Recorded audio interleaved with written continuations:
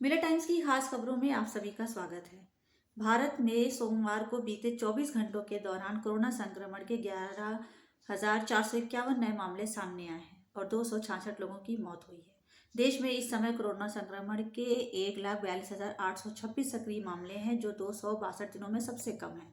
इसी के साथ ही देश में रिकवरी रेट 98.24% है, जो कि मार्च 2020 के बाद सबसे अधिक है।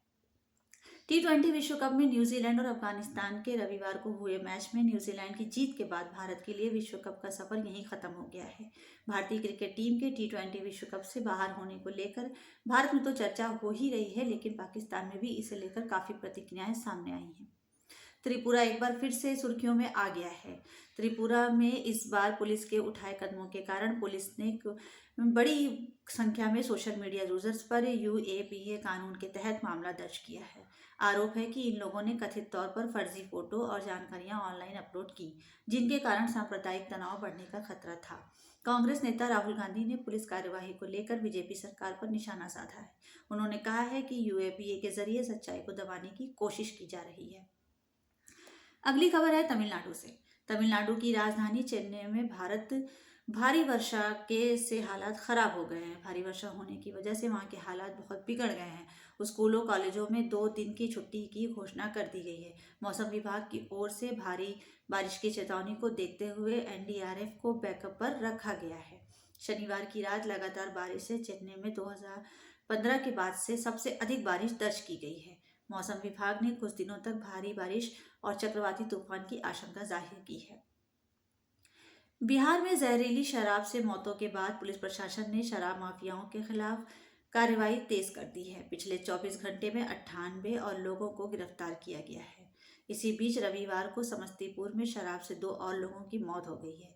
इसी के साथ मरने वालों का आंकड़ा 6 पहुंच गया है। हाल ही में सूबे के 3 जिलों गोपालगंज, पश्चिम चंपारण और समस्तीपुर में जहरीली शराब से मौतों का मामला सामने आया है, जिसमें अब तक कुल 43 लोगों की जान गई है। हालांकि आधिकारिक तौर पर अब तक 33 मौतों की पुष्टि की गई है। बात करेंगे लखीमपुर खीरी केस की। सुप्रीम कोर्ट ने लखीमपुर खीरी केस की जांच की निगरानी को लेकर बड़ा संकेत दिया है। सुप्रीम कोर्ट ने जांच की प्रगति को लेकर अप्रसन्नता व्यक्त की और कहा कि जांच हमारी अपेक्षा के अनुरूप नहीं हो रही है। कोर्ट ने कहा कि वह इस पर विचार कर रहा है कि इस मामले की छानबीन हाईकोर्ट के रिटायर्ड जज मॉनिटर करें। सुप्रीम कोर्ट ने पंजाब हरियाणा हाईकोर्ट के रिटायर्ड जस्टिस रंजीत सिंह का नाम सुझाया है। इसके अलावा रिटायर्ड जस्टिस राकेश कुमार जैन का भी नाम लिया गया है। मामले की सुनवाई शुक्रवार तक टाल दी गई है।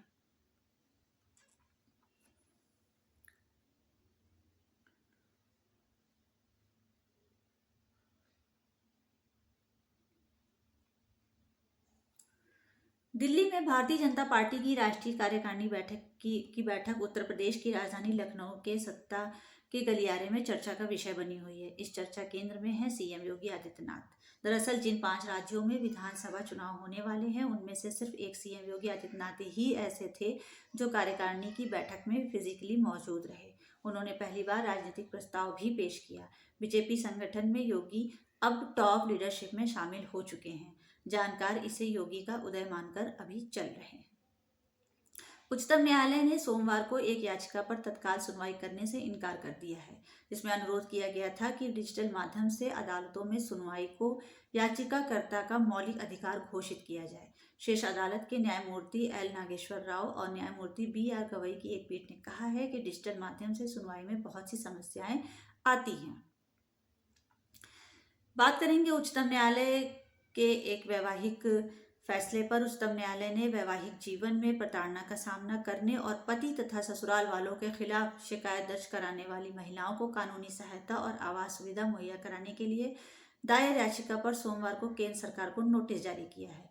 न्यायमूर्ति यू ललित और न्यायमूर्ति S रविंद्र भट्ट की पीठ ने एक गैर सरकारी संगठन की जनहित याचिका पर केंद्र सरकार, महिलाएं एवं बाल विकास मंत्रालय और सूचना एवं प्रसारण मंत्रालय को नोटिस जारी किए और उन्हें 6 दिसंबर तक अपने जवाब दाखिल करने के निर्देश दिए हैं।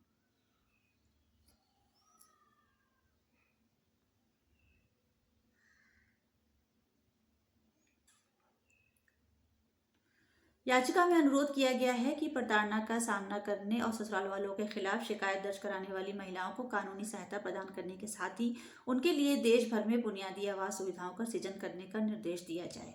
पीठ ने याचिका पर सुनवाई करते हुए कहा है, अभी हम 1 से 3 नवंबर प्रतिवादियों को नोटिस जारी कर रहे हैं। हम राज्यों को नोटिस जारी नहीं कर रहे हैं क्योंकि इससे बहुत जमावड़ा लग जाएगा। इसके बाद हम मामले को निगरानी के लिए केंद्र सरकार को सौंप देंगे। पंजाब के सीमावर्ती इलाकों में सीमा सुरक्षा बल का अधिकार क्षेत्र बढ़ाने को लेकर जमकर राजनीति हो रही है। कांग्रेस केंद्र सरकार के इस फैसले का विरोध कर रही है। इस बीच अब जब पंजाब से कांग्रेस सांसद मनीष तिवारी ने चरणजीत सिंह चन्नी के नेतृत्व वाली अपनी ही पार्टी की सरकार पर सवाल उठाए हैं। कांग्रेस नेता मनीष तिवारी ने सोमवार को पंजाब सरकार से पूछा कि उसने केंद्र सरकार द्वारा सीमावर्ती राज्यों में विस्तारित अधिकारी क्षेत्र को चुनौती क्यों नहीं दी है।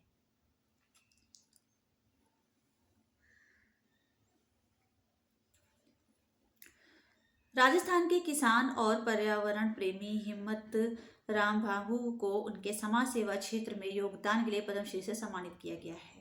राष्ट्रपति रामनाथ कोविंद ने यह अवार्ड सोमवार को राष्ट्रपति भवन में आयोजित समारोह में प्रदान किया है। किसान और पर्यावरणविद हिम्मता राम को यह सम्मान उनके निस्वार्थ भाव से पर्यावरण संरक्षण के लिए प्रदान किया गया है। हिम्मता राव भाभू प्रदेश के नागौर जिले में से आते हैं और वहां के रेगिस्तानी इलाकों में अब तक लाखों पेड़ लगा चुके हैं।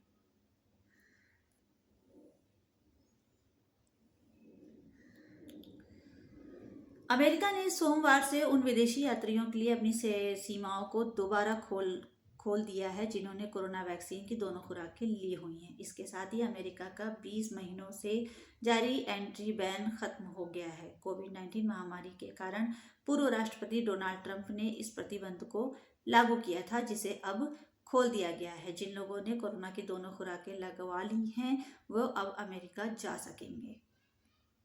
आज के लिए बस इतना ही। मिलर टाइम से आप सुन रहे थे मासूमा सिद्दीकी को। मिलर टाइम्स को आपकी जरूरत है, हमारी आप माली मदद करें। हर महीने सिर्फ 100 रुपये और 1 साल के लिए एक साथ सिर्फ 1000 रुपये। रकम भेजने के लिए यहाँ दिए गए फोन पे, गूगल पे और पेटीएम नंबर का इस्तेमाल कर सकते हैं।